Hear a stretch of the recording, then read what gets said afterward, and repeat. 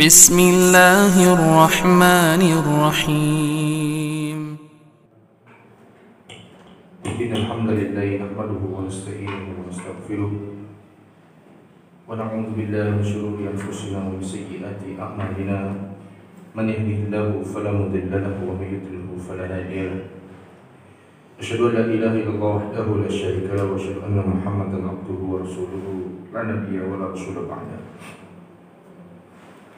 يا أيها الذين آمنوا اتقوا الله حق تقاته ولا تموتن إلا وأنتم مسلمون يا أيها الناس اتقوا ربكم الذي خلقكم من نفس واحدة وخلق منها زوجها وبث منهما رجالا كثيرا ونساء واتقوا الله الذي تساءلون به والأرحام إن الله كان عليكم رقيبا يا أيها الذين آمنوا اتقوا الله وقولوا قولا سديدا يصلح لكم أعمالكم ويغفر لكم ذنوبكم ومن يطع الله ورسوله فقد فاز فوزا عظيما أما بعد فإن أصدق الحديث كلام الله وخير الهدي هدي محمد صلى الله عليه وسلم وشر الأمور محدثاتها وكل محدثة بدعة وكل بدعة ضلالة وكل ضلالة في النار. Masyaallah muslimin rahimani wa rahimakumullah, kita bersyukur kepada Allah Subhanahu wa taala atas limpahan rahmat yang begitu banyak kepada kita. Terus begitu banyak karunia yang Allah Subhanahu wa taala curahkan kepada kita semua, sehingga pada hari ini kita masih bisa bermajelis ilmu setelah pada pertemuan terakhir kita tidak bisa bertemu karena ada keperluan dari kami pribadi.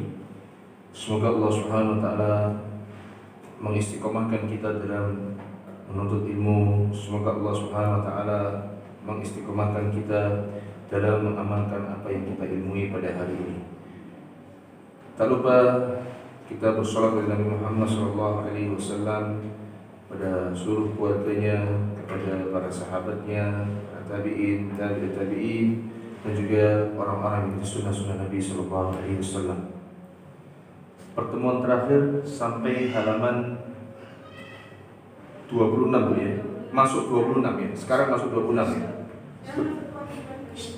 Masuk poin 26. Maksud masuk halaman 26.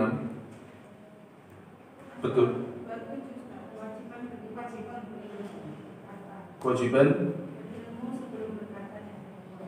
Oh, kemarin saya bertanya itu. Oh iya, saya salah ya. Masuk poin yang ini.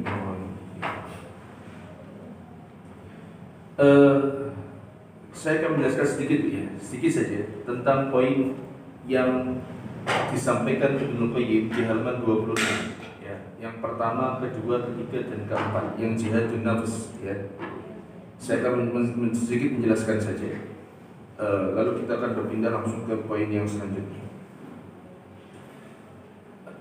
Syekh Muhammad bin Shalih Al-Utsaimin rahimahullah ta'ala menukilkan perkataan Imam Ibnu Qayyim rahimahullah ta'ala ketika beliau mengatakan jihadun nafsi arba'u maratibah, yakni jihad melawan hawa nafsu itu ada 4 tingkatan. Ya. Apa yang pertama? Ihdaha an yujahida ala ta'allumil huda wa dinil haqqi alladhi la falaha laha wa la sa'adata fi ma'ashiha wa ma'adiha illa bihi, yaitu jihad dalam rangka menundukkan hawa nafsu ketika kita mempelajari petunjuk, mempelajari agama yang benar, ya, yang dimana tidak ada kemenangan atau kebahagiaan di dalam kehidupan dunia dan kehidupan akhirat kecuali dengan apa? Dengan menuntut ilmu atau mempelajari agama yang benar. Perlu diketahui bahwasanya jihad itu terbagi menjadi 2, disebutkan oleh para ulama. Ya, jihad itu disebutkan oleh para ulama ada 2. Yang pertama jihad dengan senjata, pedang, ya, kemudian panah, berkuda, ya, kemudian pistol dan lain-lain. Lalu yang kedua apa? Jihad dengan apa? Dengan ilmu atau al-bayan. Semuanya memiliki keutamaan, tetapi jihad dengan ilmu itu itu lebih utama daripada jihad dengan apa? Senjata. Karena jihad dengan ilmu itu memiliki pengaruh yang sangat besar kepada siapa? Kepada umat manusia. Sebagaimana kita sekarang, Bu, kita sekarang ini semuanya sedang berjihad. Untuk apa? Menuntut ilmu.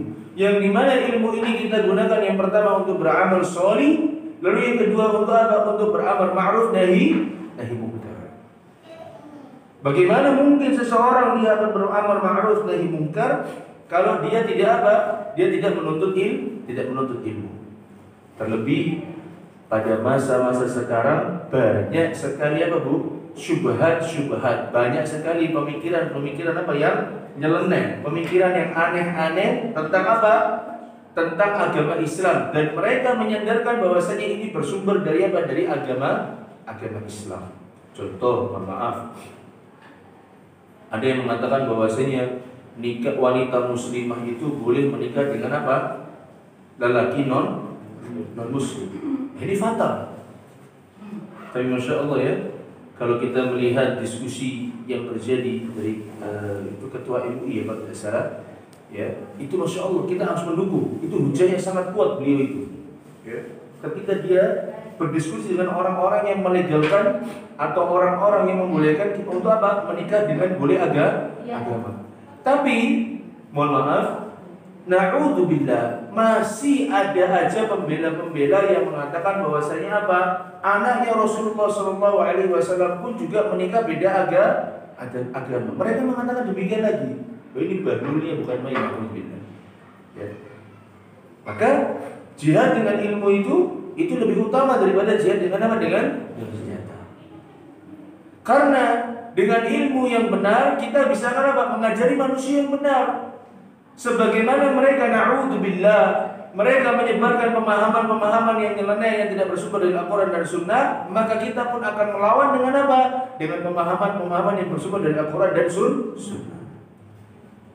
Allah Subhanahu wa taala berfirman, Bu, di dalam sebuah ayat dalam surat At-Tahrim ayat yang ke-9. Dalam At-Tahrim ayat yang ke-9. Kata Allah Taala berfirman, Ya ayyuhan nabiyyu jahidil kuffara wal munafiqina waghlud 'alaihim wa ma'wahum jahannam wa bi'sal masir. Kata Allah Taala berfirman, wahai para nabi, jahidil kuffara wal munafiqina waghlud 'alaihim. Perangilah orang-orang apa? Orang-orang kufar dan orang-orang munafik, waghlud 'alaihim, dan bersikap tegaslah kamu kepada siapa? Kepada mereka. Apa kata Allah Taala berfirman, wa ma'wahum jahannam wa bi'sal masir. Tempat mereka nanti kembali di mana? Di neraka, dan itu neraka jahanam, dan itulah apa? Seburuk-buruk tempat kembali. Jadi panjenengan sekarang ini kita semua sedang apa? Pada dasarnya sedang apa? Berjihad. Penuntut ilmu itu jihad. Makanya di sini disebutkan jihadun nafsi, jihad dalam menundukkan hawa nafsu itu ada 4 tingkatan. Yang pertama apa? Jihad ketika menuntut apa? Ilmu. Ada, mohon maaf, sebagian orang ketika dia menuntut ilmu, tapi dia nggak menuntut ilmu. Hadir di majelis ilmu, tapi apa? Pikirannya di luar sana. Ada nggak, Bu? Ya ada. Ya mungkin kita atau saya, mungkin panjenengan juga yang sekarang hadir mungkin demikian. Badannya hadir, tetapi otaknya tidak apa? Kalau kata orang Arab, wujuduhu ka'adamihi, wujudnya itu seperti tidak ada. Jadi otaknya kemana-mana. Ya. Ada juga misalnya, mohon maaf, ada orang dia menuntut ilmu, dia hadir di majelis ilmu, tetapi apa? Ingin TPTP. Tahu TPTP? Masya Allah. Ngerti, ya. Hati-hati. Entah dia ikhwannya, entah apa? Akhwatnya. Hati-hati, betul-betul hati-hati. Ya. Dengan misalnya si ikhwan memakai pakaian yang Masya Allah, tapi niatnya untuk apa? Bukan untuk berhias, untuk dalam arti ya berhias untuk beribadah, tidak. Tapi berhias untuk apa? Menarik lawan jenis. Begitu pula wanitanya, na'udzubillah, mohon maaf ya. Fitnah itu tidak hanya menimpa kepada orang-orang yang tidak mengaji, tapi sering juga, atau mungkin pasti fitnah itu juga seringnya menimpa orang-orang yang sudah mengaji. Ya, hati-hati terhadap fitnah-fitnah yang ada pada masa akhir ini. Terus misalnya terkadang menuntut ilmu tapi dia hadir majelis ilmu tapi dia nggak majelis ilmu, tapi untuk apa? Untuk jualan. Niatnya jualan. Mohon maaf sekali, mohon maaf. Terlebih lagi pada saat awal tabligh akbar. Saya pribadi Bu ya, ini saya pribadi ya, saya mengatakan ini saya pribadi. Saya tidak setuju dengan adanya tabligh akbar di tengah-tengah itu begini. Tabligh akbar yang di situ ada orang berjualan. Kalau seandainya misalkan diperbolehkan untuk berjualan, maka hendaknya panitia itu menyediakan tempat khusus yang itu dijaga oleh orang-orang khusus agar apa? Agar orang yang berjualan juga apa? Belajar atau ngaji. Paham Bu ya maksud saya? Saya tidak setuju apa? Karena terkadang Bu, bukan terkadang ya, sering kita melihat ada ketika tabligh akbar sedang berjalan, orang-orang lagi apa? Dagang, jual beli. Ada enggak? Ada. Mungkin panjenengan pelakunya juga mungkin. Saya mohon maaf ya kalau ada. Ya, kalau ada saya mohon maaf. Saya tidak melarang jual beli, silahkan. Tapi kalau pada saat kajian maka apa? Hadiri majelis ilmu loh. Gimana Ustaz ini tabligh akbar datang banyak, waktunya apa? Meraih untung, waktunya apa? Meraih rezeki. Maka apa? Waktunya jualan. Nah, ini kurang pas. Ya. Jadi jihad nafs ya. Yang pertama ialah apa? Ketika dia untuk apa? Ketika dia belajar menundukkan hawa nafsunya untuk apa? Mempelajari agama Islam. Maka dari itu Bu, di dalam sebuah hadis yang diriwayatkan oleh Al-Imam Ibnu Majah rahimahullahu taala, kata Al-Imam Ibnu Majah, hadis ini bersumber atau berasal dari sahabat Nabi Muhammad sallallahu alaihi wasallam yang bernama Abu Hurairah radhiyallahu taala anhu. Nabi sallallahu alaihi wasallam bersabda begini, "Man jaa masjidi hadza." Barang siapa yang mendatangi masjidku. Ini maksudnya adalah masjid-masjid yang lain pula. Ya. Barang siapa yang mendatangi sebuah masjid, kemudian lam ya'tihi illa li khairin, dia tidak datang ke masjid tersebut kecuali untuk perkara yang baik.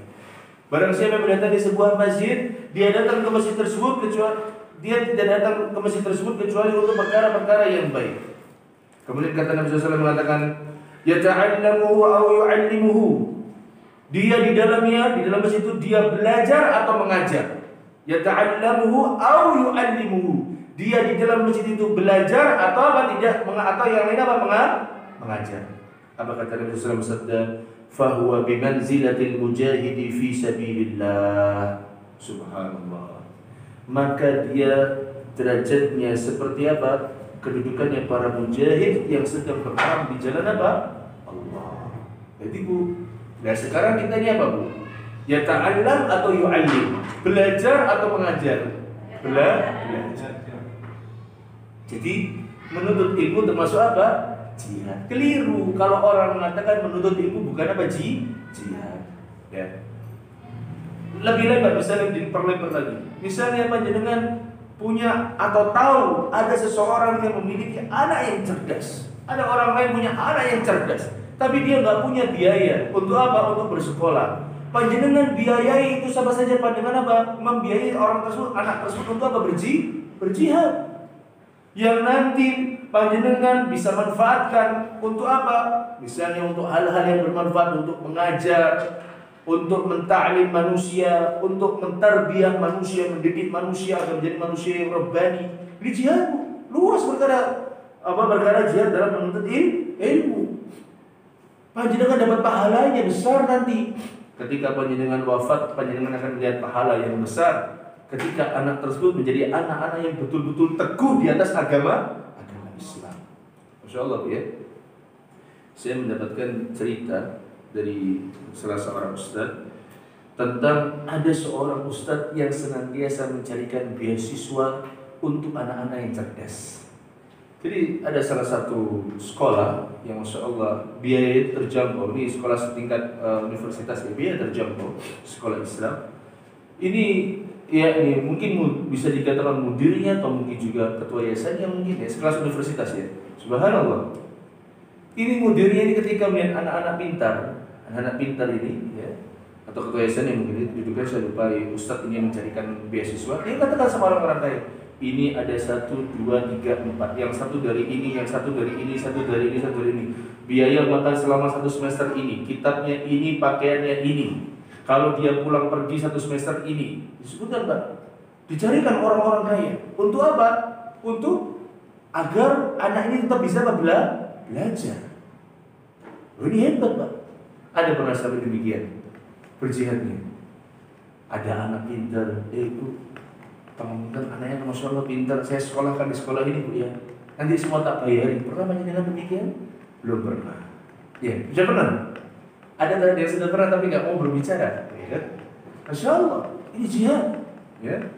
Kemudian juga dari Anas bin Malik radhiyallahu taala anhu, tapi hadisnya adalah hadis yang dhaif, yang disebutkan oleh para ulama. Kata Nabi SAW ini maknanya bagus ya, tapi hadisnya dhaif. Kata Nabi kata perkataan tersebut, saya tidak mengatakan hadis ya, tadi bukan hadis. Kata perkataan disebutkan man kharaja fi talabil ilmi fa huwa fi sabilillah hatta yarji'a. Kata Anas bin Malik, kata Nabi SAW bersabda, kata perkataan tersebut dikatakan barang siapa yang keluar dalam rangka menuntut ilmu, ya, fa huwa fi sabilillah, maka dia senantiasa berada di jalan Allah Subhanahu wa taala hatta yarji'a, sampai dia kembali. Namun ini adalah riwayat yang dhaif, yang lemah, ya. Maka dari itu Bu, yang pertama ialah jihad dalam rangka thalabul ilmi. Yang kedua, an yujahida 'ala al-'amali bihi ba'da 'ilmihi. Yang kedua yaitu menundukkan hawa nafsu, berjihad dalam rangka menundukkan hawa nafsu ketika kita mengamalkan apa yang sudah kita ilmui. Berat enggak Bu? Mengamalkan apa yang sudah diilmui, berat. Contoh sholat, yang wajib saja deh, yang sholat 5 waktu. Kita seringnya tepat waktu atau seringnya molor waktu. Diakui subhanallah, jangan diakui ya. Harusnya istighfar. Ya, astagfirullah, molor waktunya jangan. Ya. Jangan yang molor waktu. Ini perkara-perkara yang wajib. Apalagi perkara-perkara yang sunnah. Sebagian manusia sekarang kebalik Bu. Yang sunnah dikuatkan, yang wajib-wajib apa? Bukan ditinggalkan, digampang-gampangkan, disepelekan. Yang sunnah dikuatkan, tapi apa? Yang biasa-biasa atau yang wajib malah apa? Dibiasakan. Ini kurang pas. Contoh, karena kita tahu terutama sepertiga malam terakhir, akhirnya apa? Oh, kita galakkan bangun malam. Ya. Tapi apa? Subuhnya carry. Subuhnya apa? Kelewatan, nggak mendapati jamaah bersama kaum muslimin. Ini banyak? Ada. Ya, ada. Ya. Nah, saya tidak mengatakan banyak ya. Ada. Ya. Insya Allah. Apalagi misalkan, sholat duhanya bisa 12 rakaat, masya Allah. Ya. Tapi sholat subuhnya apa? Ya ketiduran. Ada demikian ada. Karena mungkin, mohon maaf ya, dia mengharapkan sesuatu dari dunia. Kalau sholat duha, ya mungkin keyakinan sebagian orang ya akan dibukakan apa? Pintu-pintu rezeki. Memang segala amalan sholih itu bisa membuka apa? Pintu-pintu rezeki, ya. Tapi mungkin karena mengkhususkan ya, yang mungkin tidak dikhususkan oleh Nabi Sallallahu Alaihi Wasallam, akhirnya apa? Akhirnya dia betul sholat 12 rakaat, tapi apa? Sholat duhurnya nanti. Bahkan setelah rapat jam 1:30 baru sholat duhur. Ada, ya. Na'udzubillah. Dan kalau kita sudah berilmu itu, maka harus beramal. Kata Ali bin Abi Thalib radhiyallahu taala anhu, dia mengatakan, hatafa bil ilmi al-amala fa in ajabahu wa illa irtahala. Ini sudah saya sampaikan ya. Amal itu senantiasa memanggil karena ilmu. Jadi kalau kita sudah berilmu, amal itu senantiasa dipanggil, ayo beramal, ayo beramal, ayo beramal. Fa in ajabahu wa illa irtahala. Kalau panggilan itu direspon dengan baik, maka itulah apa yang diinginkan. Wa illa irtahala. Tapi kalau panggilan untuk beramal tidak apa? Tidak direspon dengan baik, tidak dijawab, maka apa? Ilmu lama-lama bisa hilang. Maka dari itu Bu, Imam Asy-Syafi'i rahimahullah taala beliau mengatakan begini, kunna nasta'inu ala hifdzil hadithi bil 'amali bihi. Kata Imam Asy-Syafi'i rahimahullah mengatakan, kunna nasta'inu ala hifdzil hadits. Dahulu kami berusaha untuk menghafal hadis. Dengan apa? Bil 'amali bihi, dengan mengamalkan apa yang ada di dalam apa? hadis. Contoh ya. Ini nanti bulan Ramadan. Bulan Ramadan, misalnya sahur. Misalnya bahasa sahur. Ketika sahur, kita sahur. Sebagian orang sahur, ya sahur. Sebagian orang sahur ya karena apa? Biar nanti kuat. Tapi tidak, bagi orang-orang yang berilmu tidak demikian. Dia sahur karena apa? Mencari keberkahan. Berdasarkan sebuah hadis dari Nabi SAW mengatakan, tasaharu fa inna fis sahuri barakah. Sahurlah kalian karena di dalam sahur ada apa? Keberkahan. Loh beda. Panjenengan yang mungkin ada yang sahur hanya sekedar sahur agar nanti kuat puasa, agar nanti bisa menahan lapar, agar nanti kuat sampai maghrib. Berbeda dengan orang-orang yang bagaimana? Yang dia sahur tetapi mencari apa? Keberkahan. Berbeda dengan orang-orang yang dia sahur tetapi apa? Dia tahu hadis Nabi SAW, di situ ada keberkahan. Makanya salah satu cara dari para ulama di antara kata Imam Syafi'i rahimahullah agar hafal hadis dengan apa? Dengan mengamalkan apa yang sudah dipelajari dari apa? Dari hadis. Contoh kayak tadi panjenengan mendapatkan barang siapa yang mendatangi masjid, kemudian dia tidak datang ke masjid kecuali perkara yang baik, entah itu belajar, apa itu? Suara apa itu? Entah itu belajar, entah itu apa mengajar. Panjenengan tahu. Maka kedudukannya seperti orang-orang yang bekerja di jalan Allah. Maka apa? Kita harus banyak datang kemana? Ke masjid dalam rangka thalabul ilmi. Begitu Bu, tahu. Berbeda dengan orang yang datang ke masjid hanya sekedar apa? Melepas penat kalau ada masalah perlu kemana? Ke masjid. Ya, beda. Ya. Kemudian juga kata Abu Darda radhiyallahu taala anhu, dia mengatakan begini, innaka lan takuna 'aliman hatta takuna muta'alliman wa lan takuna muta'alliman hatta takuna 'amilan bima ta'allamta. Sesungguhnya engkau tidak akan menjadi orang yang berilmu sampai engkau mau belajar. Mungkin enggak tanpa belajar kita bisa berilmu? Tidak mungkin. Betul, tidak mungkin. Belajar itu bisa dengan membaca, bisa dengan melihat kemudian mencerna dengan otak, ya, bisa dengan mendengar kemudian apa? Mencerna dengan apa? Otak. Melihat kemudian dicerna dengan otak, ya, dengan membaca, kemudian mendengar, kemudian dicerna dengan otak, kemudian apa? Diamalkan. Belajar itu butuh apa? Pemahaman yang betul. Contoh panjenengan ngajari anaknya matematika, ya kan? Ngajari anaknya matematika. Itu harus pemahaman harus betul, tidak boleh keliru. Dilihat bagaimana ini, kemudian apa?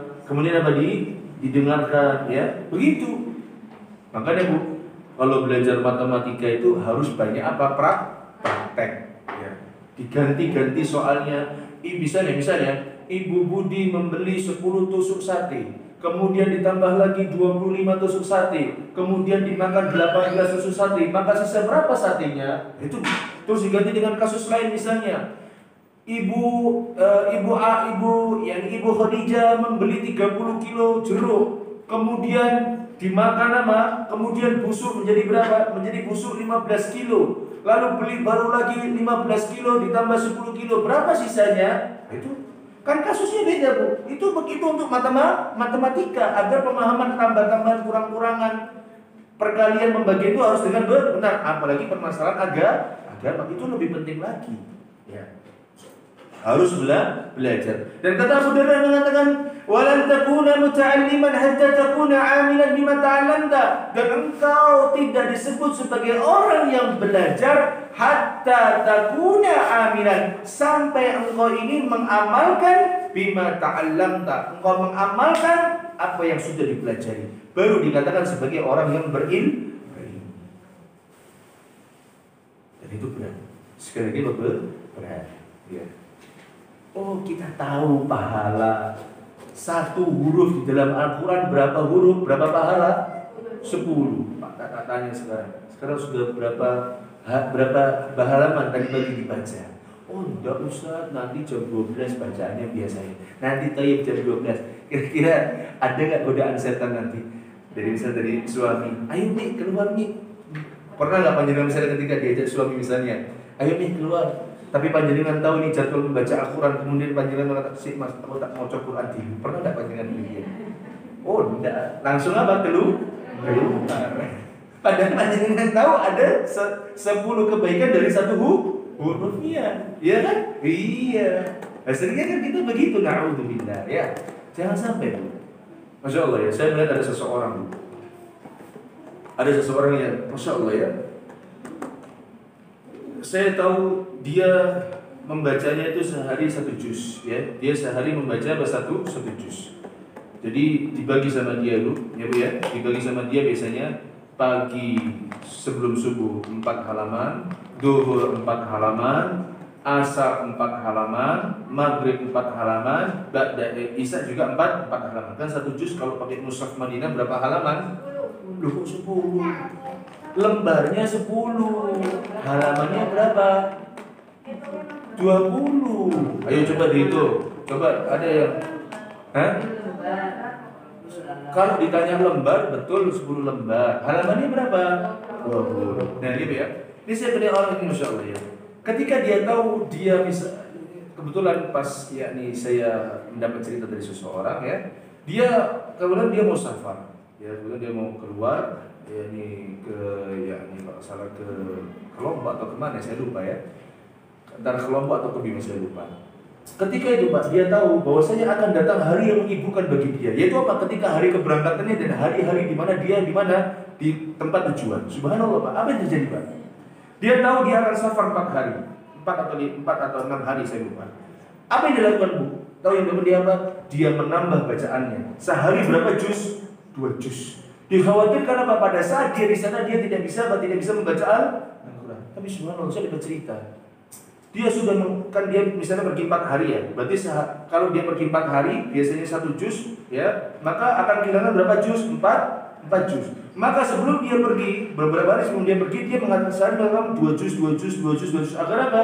Agar nanti di hari-hari yang mungkin dia khawatirkan untuk sibuk, dia sudah membacanya pada saat sebelum dia pergi. Tapi subhanallah apa yang terjadi Pak? Dia sudah menyelesaikan 8 juz ya, bacaannya 2, tapi di saat tempat tujuan, kita bercerita ya, di saat tempat tujuan dia juga masih membaca apa? Al-Quran, walaupun tidak sebanyak ketika dia di mana? Di rumah. Ini Masya Allah, orang-orang yang benar-benar apa? Mengerti, sampai saya merenung subhanallah ya. Orang ini berarti apa? Memahami bahwasanya satu huruf pun dia tidak ingin apa? Terlewat. Loh sibuk Bu. Di tempat tujuan dia sibuk, betul sibuk, tetapi dia biasanya apa? Bisa membaca Al-Quran. Coba kalau kita kalau jangankan jauh-jauh ke Lombok, safar ke Malang aja 3 hari, Jumat, Sabtu, Ahad, bawa Quran, Mbak Ustaz kan bawa HP, ribet kan Ustaz. Akhirnya sampai di sana di hotel dibaca Qurannya, orang, ya, tidak dibaca Qurannya. Yang terpikirkan apa? Nanti kita kemana hari ini ya? Hari ini mau ke sini. Apalagi nanti lah baca Qurannya malam aja, nanti pas selesai sampai dari hotel setelah safar di hari Sabtu misalnya, apa yang terjadi? Capek, tidur. Ini setan terus Bu. Setan itu kalau dituruti kita nggak akan apa? Menang, harus dikalahkan. Ya. Dengan apa? Dengan segera beramal. Maka dari itu Bu, ya, hendaknya kita apa? Berjihad untuk apa? Untuk mengamalkan setelah kita mengetahui apa yang kita ketahui dari agama Islam. Nah yang ketiga, ini Masya Allah banyak faedahnya ya perkataan Mubayyib ini, subhanallah. Jihad yang ketiga, jihad melawan hawa nafsu yang ketiga itu an yujahida 'ala da'wati ilaihi wa ta'limihi man la ya'lamuhu. Yaitu kita berjihad menundukkan hawa nafsu dalam berdakwah kepada dalam rangka berdakwah serta mengajarkan kepada orang-orang yang tidak mengetahui. Misal kita tahu satu hadis tadi ya, ya. Ada dari anggota keluarga kita yang tidak mau mendatangi majelis ilmu, masih enggan. Ya. Masih enggan. Maka kita ingatkan, atau misalnya suami kita, Mas, aku Mas tadi mendengar hadis dari Pak Kiai misalnya begitu ya, Pak Ustadz, barang siapa yang datang ke masjid, dia tidak datang ke masjid kecuali dengan kebaikan. Entah dia belajar, ya, entah dia mengajar atau belajar, maka kedudukannya seperti orang yang dari berjihad. panjenengan nggak mau tak mas, kayak orang berjihad kokoh berani, ya. Ini diajarkan bu. Jadi suami tidak tahu, misalnya suami panjenengan na'udzubillah tidak mau ke majelis ilmu, diajarkan hadisnya pelan-pelan sampaikan, ya, kepada sang suami. Karena memang berdakwah itu yang pertama kali ialah kepada siapa? Yang terdekat. Apa dalilnya bu? Bahwasanya dakwah yang pertama kali itu kepada orang-orang yang terdekat. Siapa yang tahu? Ayo yang tahu. Kalau ada hadiah, apa? Apa? Apa katanya mas? Ada suara motor, sebentar ya, ada suara motor. Betul, itu salah satunya. Salah satu lagi, yang paling jelas hadis ayatnya gimana? Itu ayatnya juga sudah jelas ya sebenarnya. Apa lagi coba? Coba dibuka surat Asy-Syu'ara ayat yang ke-24. Maaf, ke-200. Sebentar, saya khawatir saya tulis. Asy-Syu'ara itu ayatnya surat yang ke-26 ya. Kata Allah Subhanahu wa taala dalam surat Asy-Syu'ara ayat yang ke-214 di akhir-akhir surat Asy-Syu'ara. 214 ya. Apa kata Allah? Sudah lihat Al-Qur'annya? 214 ya. Asy-Syu'ara ayat berapa? 214. Sudah ketemu ayatnya? Apa kata Allah? Wa andir 'ashirataka al-aqrabin. Betul ya? Apa beda Quran saya sama Quran jenengan? Sama kan? Kok jawabnya ragu-ragu? Betul ya? Iya. Kayak ragu-ragu gimana? Belum nemu kan? Sudah nemu? Baik. Apa kata Allah? Wa andir 'ashiratakal aqrabin, dan berilah peringatan kepada siapa? Kerabat-kerabatmu yang terdekat. Siapa yang terdekat? Suami, anak. Siapa lagi, Bu? Siapa lagi? Bapak, ibu, ya istri sama ya, istri, ya. Kemudian siapa lagi? Bapak, ibu, adik kita, kakak kita, keponakan kita. Itu yang dekat-dekat dulu. Itu sejalan dengan apa firman Allah tadi? Ya ayyuhalladzina amanu qu anfusakum wa ahlikum. Nah, ya. Jadi dakwah yang terdekat yang terutama itu kepada siapa? Kepada para kerabat dulu, jangan keluar. Ya. Karena kalau sudah keluar, tanpa keluar juga didakwahi, ini keliruan dalam berdakwah. Maka dari itu, jangan lupa kita untuk mendakwahi siapa? Keluarga kita masing-masing. Kemudian yang selanjutnya, yang keberapa sekarang? Yang keempat. Yang keempat yaitu an yujahida 'ala sabri 'ala masyaqid da'wati ila Allah wa ada al-khalqi wa yatahammal dhalika kullahu lillah. فإذا استكمل هذه المراتب الأربع صار من الربانيين. Lalu kemudian yang keempat kata Al-Imam Ibnu Qayyim rahimahullah taala tentang orang-orang yang apa? Yang dia ingin berjihad melawan hawa nafsu, yaitu apa? Jihad melawan hawa nafsu di dalam apa? Bersabar di atas apa? Rintangan dakwah kepada Allah Subhanahu wa taala dan gangguan manusia. Kalau kita misalkan sudah berdakwah, maka apa? Pasti ada orang-orang yang merasa apa? Terganggu. Itu sudah sunnatullah sudah. Jangankan kita berdakwah, ya. Dalam artian berdakwah dengan lisan ya, atau kita berdakwah dengan berpakaian saja sebagian orang sudah ada yang merasa apa? Risih, ya bandar. Iya. Mohon maaf, panjenengan pakai cadar ya, alhamdulillah. Tapi sebagian pasti orang ada yang apa? Menggunjing, ya kan? Ada, ya. Contoh ini cerita dari keluarga saya sendiri ya, lucu. Tapi ini hanya cerita lucu saja, tapi tidak ya di dalam artian kunjingan Yesus tidak. Ini hanya lucu. Jadi ada salah satu kawan saya, seorang ustadzah, dia mengajar salah satu keluarga kami yang ada beda rumah ya, keluarga kami yang beda rumah. Kemudian ketika ustadzah ini kawan saya di tempat mengajar, kemudian datang ke tempatnya salah satu keluarga, cucunya lihat siapa? Lihat, yakni apa namanya? Lihat ustadzah ini pakai cadar. Apa dia katakan? Tahu yang katakan apa? Bukan ninja, kalau ninja masih mending. Teroris. Bukan, enggak. Dia bilang apa coba? Maling. Bukan maling, ayo saya yang tahu. Ini lucu ya, ini bukan serius, ini lucu ya. Dia bilang, oh ada hantu takut. Ada hantu takut.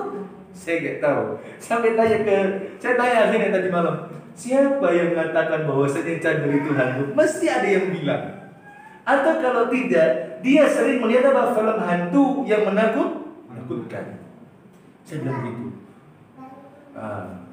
Maka itu, ya. Ini baru berdakwah dengan apa pakaian. Sudah ada orang yang tidak suka. Apalagi berdakwah dengan apa? Dengan lisan. Wah.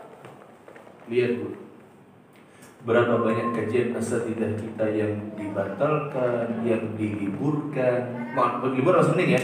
Yang dibatalkan, yang dibubarkan, betul? Yang kemudian apa lagi? Diintervensi, yang diintimidasi, banyak Bu. Yaitu sunatullah. Orang yang berdakwah itu pasti akan apa? Akan merasa ada orang-orang yang terganggu dengan apa? Dakwah. Sebagaimana Nabi Muhammad SAW dahulu, ketika Nabi Muhammad SAW lahir, semua paman-pamannya senang enggak? Senang. Abu Lahab itu saking senangnya, ya kalau Abu Lahab ya. Abu Lahab saking senangnya sampai apa? Membebaskan siapa Bu? Siapa? Yang menyusui Nabi SAW siapa? Hah? Siapa? Halimah. Satu lagi, ada dua. Hah?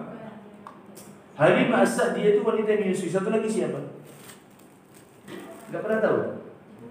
Nah ini pentingnya kita belajar sirah. Ya satu namanya yaitu Thuwaibah. Siapa?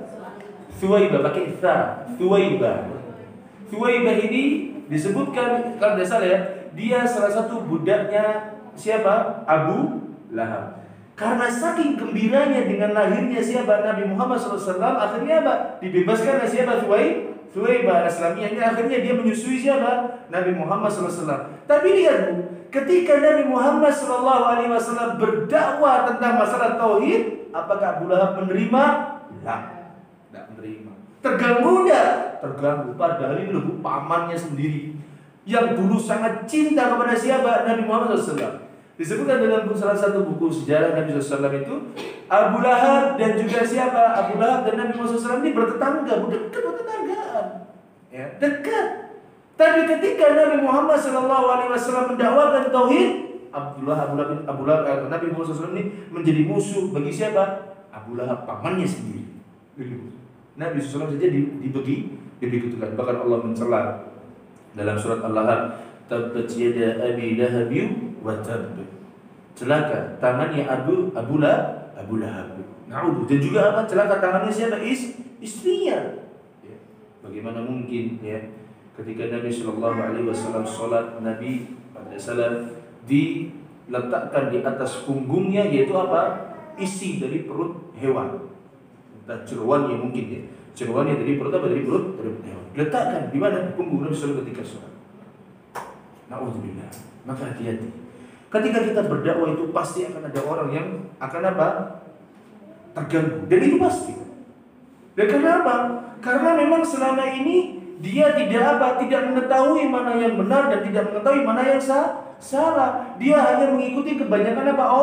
Orang. Dia beragama tidak dengan dalil. Dia beragama tidak dengan apa? Hujjah. Tapi dia beragama dengan apa? Dengan hawa nafsu. Orang sholat ikut sholat, ya. Kemudian orang melakukan acara bid'ah, dia ikut melakukan acara bid'ah. Orang melakukan kesyirikan, dia ikut pula melakukan apa? Kesyirikan. Banyak. Dari kemarin ini naudzubillah, ya, orang berbuat kesyirikan malah diundang di mana-mana. Wow, hebat, bisa menghentikan apa? Air hujan. Ini kesyirikan. Dan ini yang diagungkan di negeri kita oleh sebagian orang manusia. Ini jelas syirik nyata kesyirikan. Ini kesyirikan yang nyata, benar-benar kesyirikan. Bayangkan Bu, kalau seandainya ini bisa misalnya yang kita melihat nih ya, kita orang yang sudah alhamdulillah sudah mengerti sunnah. Kalau seandainya dia bisa menghentikan hujan saja, ini banyak pengagumnya. Bagaimana nanti kalau Dajjal hidup di hadapan mereka ini? Naudzubillah. Apa ndak jadi pengikutnya apa? Dajjal yang bisa menghidupkan orang mati. Hebat enggak? Menghidupkan orang mati loh. Ini bukan hanya menggerakkan awan saja ya, tapi menghidupkan orang yang sudah apa? Mati. Bahkan sudah digergaji di belah dua, dilewati, hidup lagi. Betul apa enggak? Terus satu kisah akhir zaman. Apa enggak? Apa orang-orang yang model begini nanti kalau naudzubillah dia hidup di masanya Dajjal, kemudian dia jadi penggemar Dajjal nanti, pengikutnya Dajjal maksudnya. Hati-hati. Lawang gini saja banyak yang ketipu. Ya. Lu justru kesyirikan ini. Ya, maka dari itu didakwai manusia karena mereka ini belum mengerti. Ya. Maka dari itu salah satu doanya Abdullah bin Mas'ud di dalam sebuah riwayat yang diriwayatkan oleh Al-Imam Ibnu Battah rahimahullah taala. Ini doanya Ibnu Mas'ud. Abdullah bin Mas'ud radhiyallahu ta'ala anhu dia berkata, Allahumma zidna imanan wa yaqinan wa fiqhan. Pendek doanya. Allahumma zidna imanan wa yaqinan wa fiqhan. Tak ulang ya. Rabbi zidni ilma. Sama saja kan Allahumma sama Rabbi kan juga sama. Ya Allah kan Rabbi ya Allah. Allahumma juga apa? Gak apa-apa. Rabbi zidni imanan wa yaqinan wa fiqhan. Boleh apa tidak? Boleh. Boleh, gak apa-apa. Gak apa-apa. Gak ada masalah. Kan sama-sama. Apakah Rabb itu maknanya selain Allah? Ibu? Apakah Rabb itu maknanya selain Allah? Bukan kan? Maknanya siapa? Ibu yang bertanya. Halo? Bu? Apakah ketika ibu misalkan Rabbi zidni imanan wa yaqinan wa fiqhan, Rabbi di sini maksudnya selain Allah? Allah apa bukan? Ya sudah. Sama enggak berarti ketika saya mengatakan Allahumma, boleh apa tidak? Boleh. Kan periwayatan. Banyak periwayatan. Contoh, doa mendoakan orang yang sakit beda-beda enggak riwayatnya? Beda-beda. Contoh, ada yang mengatakan gini. Allahumma rabban nas adhibil ba'sa. Pakai apa? Adhibil ba'sa. Hilangkan apa? Penyakit ini. Tapi dalam riwayat tadi sebelumnya saya pernah membaca Allahumma rabban nas mudhibil ba'sa. Apa arti mudhibil sama? Kalau adhib apa? Hilangkan. Tapi kalau Allahumma rabban nas mudhib itu artinya apa? Zat yang menghilangkan. Zatnya. Bukan langsung Allahumma rabban nas adhib, ya Allah tolong hilangkan. Nah, tapi apa? Ya Allah Rabb yang bisa menghilangkan apa penyakit. Allah dipuji. Beda. Berbeda. Tapi maknanya sama tidak? Sama, tidak keluar kemana-mana. Baik ya. Jadi Abdullah bin Mas'ud radhiyallahu ta'ala anhu itu berdoa kepada Allah, Allahumma zidna imanan wa yaqinan wa fiqhan. Ya Allah, berikanlah tambahan kepada kami keimanan, keyakinan dan juga apa? Pemahaman. Ya. Jadi kita disuruh untuk apa? Untuk berdakwah. Jadi kita juga disuruh apa? Bersabar. Kata Allah Ta'ala berfirman di dalam surat Ali Imran ayat 103, Allah Ta'ala berfirman, wa'tasimu bihablillahi jami'an wa la tafarraqu. Berpegang teguhlah kalian dengan tali Allah Subhanahu wa taala dan jangan kalian berpecah belah. Kemudian Nabi sallallahu alaihi wasallam juga pernah bersabda, inni qad taraktu fikum ma in tamassaktum bihi falan tadillu abadan, kitaballahi wa sunnata nabiyhi al-hadits. Kata Nabi SAW bersabda, sesungguhnya aku telah meninggalkan untuk kalian ma'in tamassaktum bihi, selama kalian berpegang teguh dengan sesuatu tersebut, falan tadillu, kalian tidak akan sesat selama-lamanya. Apa itu? Al-Quran dan juga apa? Sunnah Nabi SAW. Ya sudah, dakwah. Jadi ajarkan semua yang tidak tahu. Misalnya ada anak minum dengan tangan kiri, ajarkan, nah, tangan kanan. Ya, bisa. Loh banyak loh masih anak minum dengan tangan kiri, ya. Misalkan lagi, subhanallah ya, saya banyak ada beberapa pengalaman misalnya. Dia ada seseorang ketika kita safar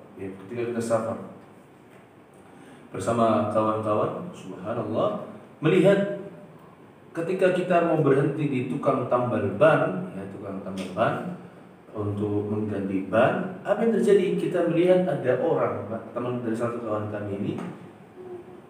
Ketika turun tuh suara musiknya banter. Jadi di tempat tambal ban itu besar, juga tempat dijual ban juga, dan peralatan-peralatan bengkel mobil. Itu suara musiknya kencang sampai kita ngomong harus apa? Harus teriak-teriak. Ketika turun sini saya ngobrol, apa, nggak dengar, saking banternya musiknya. Akhirnya ada satu kawan saya bilang sama yang pemilik apa, yang pemilik atau yang dekat radio, dia bilang, Mas, pangapunten Mas, bisa nggak dimatikan ya, ini apa namanya, musiknya, atau enggak, kalau nggak paling minimal apa, dikecilkan apa suara, musuh dikecilkan. Ini gawat loh, berat ini. Bilang sama siapa pemiliknya, Mas, pangapunten Mas. Dia bilangnya begini, Mas, pangapunten, tolong apa namanya, speakernya bisa nggak dimatikan atau paling minimal dikecilkan. Kita ngomongnya ini kan teriak-teriak dari tadi, Mas. Padahal bukan dari tadi, dia ngomongnya apa? Barusan aja dia ngomong-ngomongkan kawannya. Ini teriak-teriak ngomongnya, Mas, nggak denger. Oh siapa? Dikecilkan, kecil sekali. Subhanallah. Langsung saya kasih jempol ke anak kawan, top pokoknya. Top. Berani kayak gitu. Kalau saya belum tentu berani, ya. Dari subhanallah. Ya, ini dakwah begini, Bu. Ya. Ada pernah kami melihat juga, ya, ada seseorang, ya misalkan seorang ustadz, ya ini melihat, tapi saya tidak perlu sebut saya perlu sebut namanya siapa. Kalau dulu misalnya dia ketika itu makan, ya ini makan sambil berdiri, ya ini makan kue kering. Kemudian ada orang biasa orang, masya Allah, dia ingat, pangapunten Ustaz, duduk. Oh iya maaf, astagfirullah, duduk langsung Ustaznya. Ini berdakwah, Bu. Kita kan kalau mohon maaf ya, kita di hadapan Ustaz kan misalnya apa? Terkadang seringnya apa? Apa ya misalnya? Pakai wudhu apa? Oh karena segan, karena Ustaz pasti pebel, betul lah. Ini masya Allah, saya lihat dengan mata kepala saya sendiri. Pangapunten Ustaz, duduk Ustaz. Oh iya siap, astagfirullah, mohon maaf, duduk langsung Ustaz. Kadang Ustaz lupa mungkin, karena mungkin keenakan nastarnya, jadi apa? Jadi dia berdiri, bisa jadi kan? Ya mohon maaf ya. Kita ini tidak selamanya apa? Betul. Gak apa-apa diingatkan. Wajar manusia ada yang keliru, ya. Dan hendaknya yang keliru kita kembali. Baik, lanjut sekarang. Perkataan Syafi'i halaman 27. Sudah mau jam 9 ya. Qala Syafi'i, ya, Imam Syafi'i rahimahullah berkata, "Law ma anzalallahu hujjatan ala khalqihi illa hadhihi surata lakafathum." Wa qala al-Bukhari rahimahullah, "Babul ilmi qabla al-qawli wal 'amali." Wa dalilu qawluhu ta'ala, "Fa'lam annahu la ilaha illallah wastaghfir li dhanbik." Fabada'a bil ilmi qabla al-qawli wal 'amali. Kan Imam ada Syekh Muhammad, yakni ketika menuliskan ayat ini, ya, Syekh Muhammad bin Abdul Wahab menukil apa? Surat apa itu? Surat apa kemarin? Surat apa? Yang pendek itu loh. Al-Asr, ayat 1 sampai apa? 3. Nah, ini apa artinya? Imam Syafi'i rahimahullah berkata, ya, kalau seandainya Allah Subhanahu wa ta'ala tidak menurunkan kepada makhluknya hujjah kecuali surat ini, surat apa maksudnya? Surat Al-Asr, lakafathum, maka surat Al-Asr ini sudah mencukupi untuk apa? Untuk seluruh manusia. Ini matanya, ya, inti perkataannya Syekh Muhammad bin Wahab menukil perkataan Imam Syafi'i. Wa qala al-Bukhari rahimahullah ta'ala, dan Imam Bukhari rahimahullah berkata, ya, babul ilmi qabla al-qawli wal 'amali, yaitu bab wajibnya seseorang itu berilmu sebelum apa? Berucap maupun berbuat. Wa dalilu qawluhu ta'ala, dalilnya adalah firman Allah Subhanahu wa ta'ala, fa'lam, ketahuilah, annahu la ilaha illallah, bahwasanya tidak ada sesembahan yang berhak disembah kecuali siapa? Kecuali Allah. Wastaghfir li dhanbika, dan mintalah ampun atas apa? Atas dosa-dosamu. Fabada'a bil ilmi qabla al-qawli wal 'amali. Maka Imam Bukhari menyatakan bahwasanya apa? Hendaknya, ya, yakni Syekh Muhammad bin Wahab, mohon maaf, hendaknya seseorang itu berdasarkan perkataan Bukhari rahimahullah, hendaknya seseorang itu memulai sesuatu dengan apa? Ilmu sebelum berucap maupun berkata, yakni berbuat. Maaf. Apa penjelasannya? Asy-Syafi'i, ya, jadi maksudnya ini apa namanya biografinya. Asy-Syafi'i, Imam Syafi'i adalah huwa Abu Abdullah Muhammad bin Idris ibn al-Abbas bin Uthman bin Syafi' al-Hashimi al-Qurashi. Apa kunyahnya Imam Syafi'i, Ibu? Abu Abdullah. Jangan bingung, itu kunyahnya. Jadi Imam Syafi'i itu kunyahnya siapa? Abu Abdullah. Sebetulnya Abdullah, Bu, ya. Tapi karena kita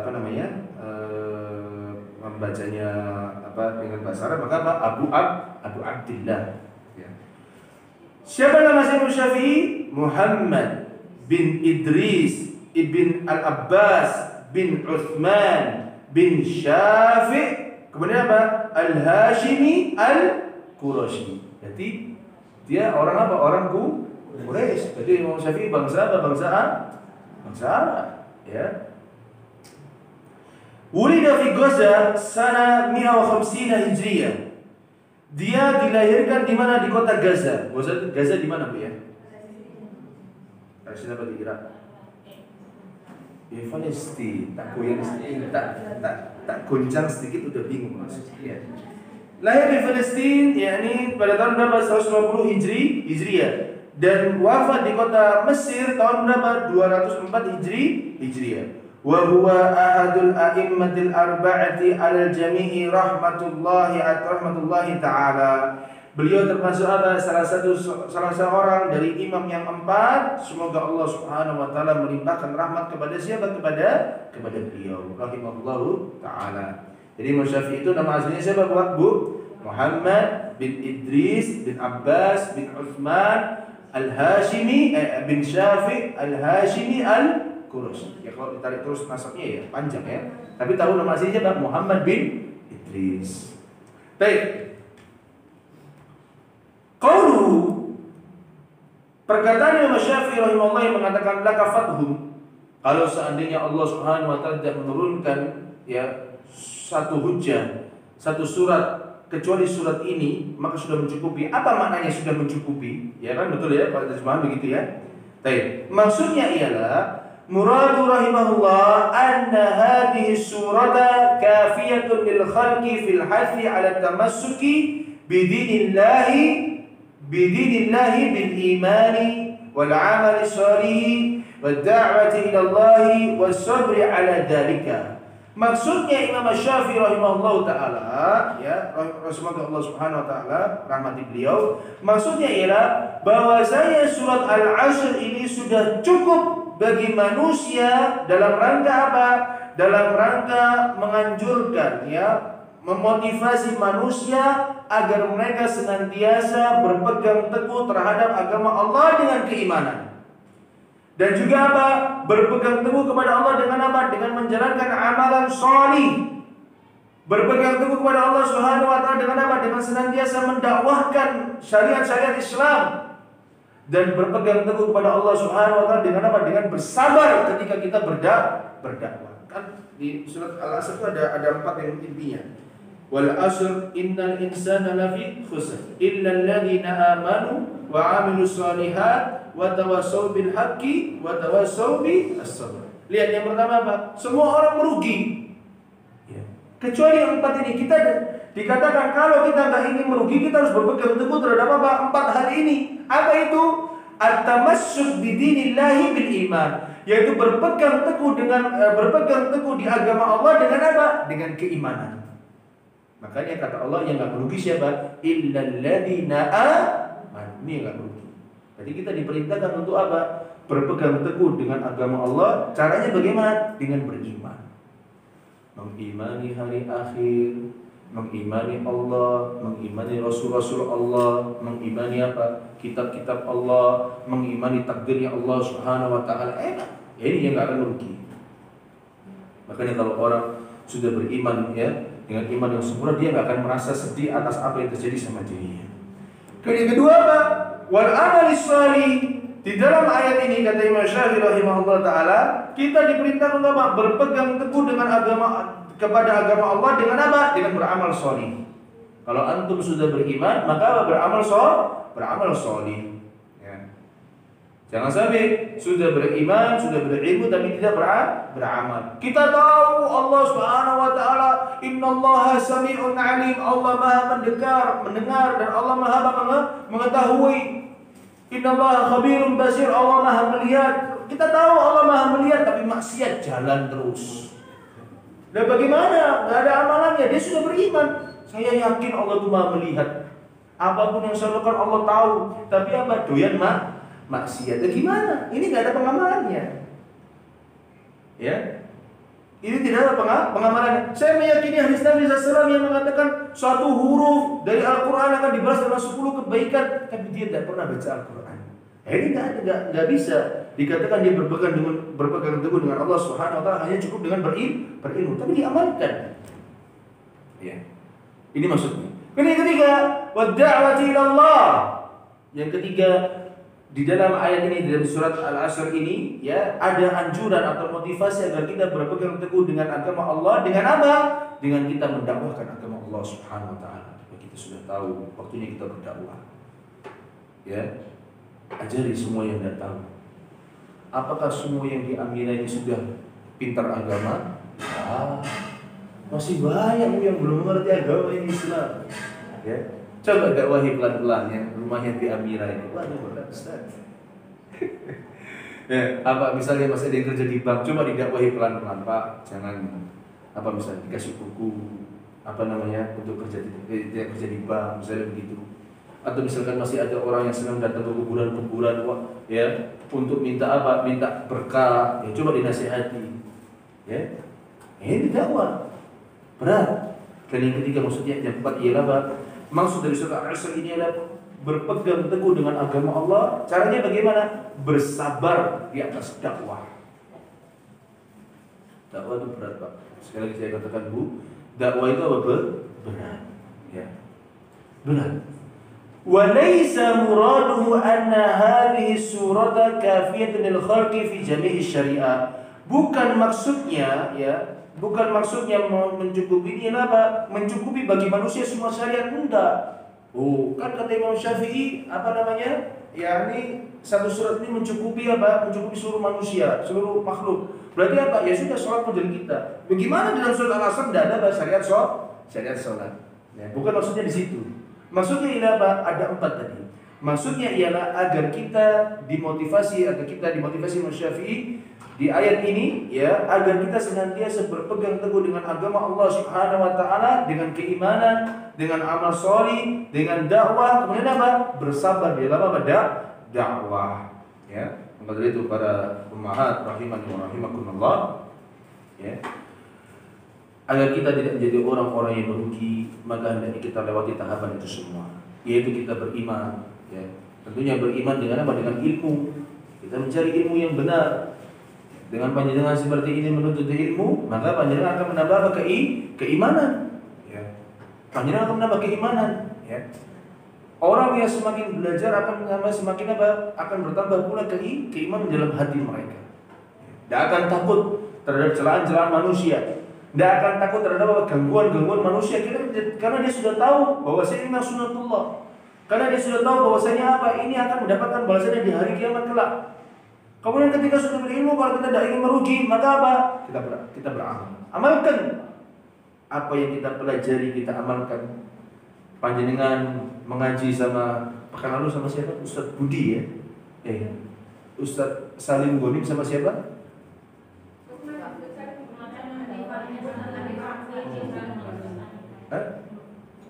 Kemarin Ahad kan? Ahad pekan lalu kan? Ustaz Salim Gonim sama siapa? Andi Fahmi. Masya Allah, Ustaz Budi. Panjenengan belajar dari beliau, hafidhahumullah jami'an, belajar Ustaz Andi Fahmi, belajar sama Ustaz Salim. Amalkan. Belajar apa kemarin? Ramadan, ya, kalau tidak salah. Masya Allah, ya. Hebat itu. Betul, amalkan. Jangan hanya sekedar terkotok terus tidak diamalkan. Kemudian setelah itu apa? Didakwahkan pelan-pelan kepada siapa? Kepada yang tidak mengetahui. Ya, misalnya, misal ada anak kita nggak mau sahur, ya. Aku nggak mau sahur, mah. Aku insya Allah kuat puasa aku, mah. Kita ingatkan. Nah, Nabi SAW bersabda begini, nah, sahurlah walaupun hanya dengan apa?